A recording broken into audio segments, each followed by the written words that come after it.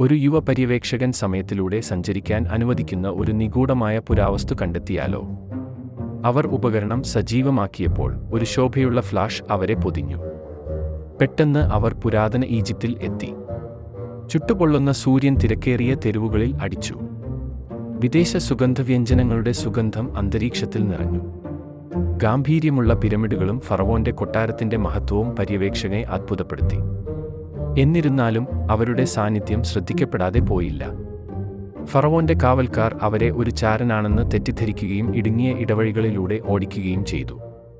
പെട്ടെന്നുള്ള ചിന്തയും ചടുലതയും കൊണ്ട് പര്യവേക്ഷകൻ പിടിച്ചെടുക്കുന്നതിൽ നിന്ന് ഒഴിഞ്ഞുമാറാനും ആൾക്കൂട്ടത്തിലേക്ക് ലയിക്കാനും കഴിഞ്ഞു. കാലക്രമേണ അവർ യാത്ര തുടരവേ നവോത്ഥാനത്തിന്റെ അത്ഭുതങ്ങൾ അവർ അനുഭവിച്ചു. ജോലിസ്ഥലത്ത് ഡാവിഞ്ചിയും മൈക്കലാഞ്ചലോയുടെ മാസ്റ്റർ പീസുകളുടെ സൗന്ദര്യവും കണ്ടു. ഓരോ കാലഘട്ടവും പുതിയ വെല്ലുവിളികളും സാഹസങ്ങളും കൊണ്ടുവന്നു. പര്യവേക്ഷകന്റെ ധൈര്യവും വിവേകവും പരീക്ഷിച്ചു. കാലക്രമേണ പുരാവസ്തുവിന്റെ യഥാർത്ഥ ശക്തി അവർ തിരിച്ചറിഞ്ഞു. ചരിത്രം നിരീക്ഷിക്കാൻ മാത്രമല്ല, അതിനെ രൂപപ്പെടുത്താൻ. വലിയ ഉത്തരവാദിത്തത്തോടെ ഒരു രാജ്യത്തിന്റെ വിധിയെ മാറ്റിമറിച്ച ഒരു സുപ്രധാന തീരുമാനം അവർ എടുത്തു.